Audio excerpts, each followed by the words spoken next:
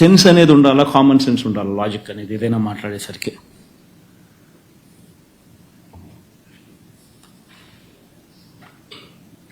ఇంకోటి చంద్రబాబు నాయుడు ఇంకొక ఆశ్చర్యకరమైన మాటలు మాట్లాడతాడంటే నాకు అది నిజంగా ఆయన బుర్ర ఒకసారి పనిచేస్తాను సార్, బుర్రేనా అది ఆయన ఏమన్నా చెడిపోయిన మున్సిపాలిటీ దిబ్బనా అనిపిస్తుంది ఒక్కొక్కసారి.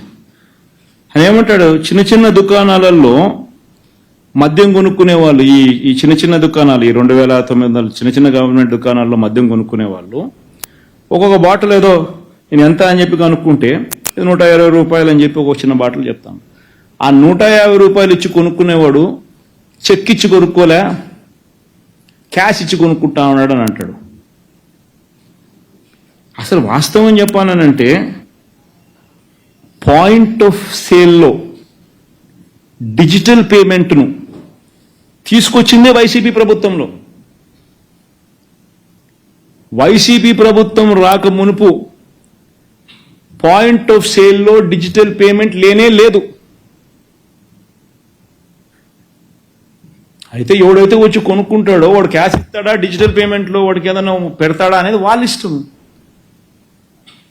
దానికి నువ్వెవడు నేనెవడు ఎట్లా మాపగలుగుతావు? ఇప్పుడు కూరగాయల షాపు లేకపోయినా నాకు కూరగాయలు తీసుకునేవాడు 100 రూపాయలు పెట్టి కూరగాయలు తీసుకునేవాడు, నాకు డిజిటల్ పేమెంట్ కావాలా, నాకు చెక్ వేయాలా అని చెప్పి ఎవడు అడగలుగుతాడు? ఎవడేం చేయగలుగుతాడు? వాడు క్యాష్ ఇస్తే క్యాష్ తీసుకుంటాడు, వాడు డిజిటల్ పేమెంట్ ఇస్తే డిజిటల్ పేమెంట్ తీసుకుంటాడు. ఆ షాపుల ప్రకారం జరుగుతాయి. ఈ మనిషి చంద్రబాబు నాయుడు ఆ 120 రూపాయలు క్యాష్ ఇస్తున్నాడు అని చెప్పి కూడా ఆరోపణ చేస్తాడు. బుర్రుందా ఈ మనిషికి? మన చంద్రబాబు నాయుడు 5 ఏళ్ళు తీసుకునేది ఏంది? ఒక డిజిటల్ పేమెంట్ అన్నా తీసుకున్నాడు, అంత క్యాషే కదా. అది కూడా ఎంఆర్పీ కన్నా ఎక్కువ రేటుకి అమ్మినాడు. ఇక్కడన్నా ఎంఆర్పీ కన్నా ఎక్కువ రేటుకి అమ్మితే గవర్నమెంట్ షాపులు అయ్యి ఎంఆర్పీ కన్నా ఎక్కువ రేటుకి అమ్మే అవకాశమే లేదు. ఎంఆర్పీ రేట్ ఎంత ఉంటే అంతే అమ్మాలా, గవర్నమెంట్ షాప్ ఇది.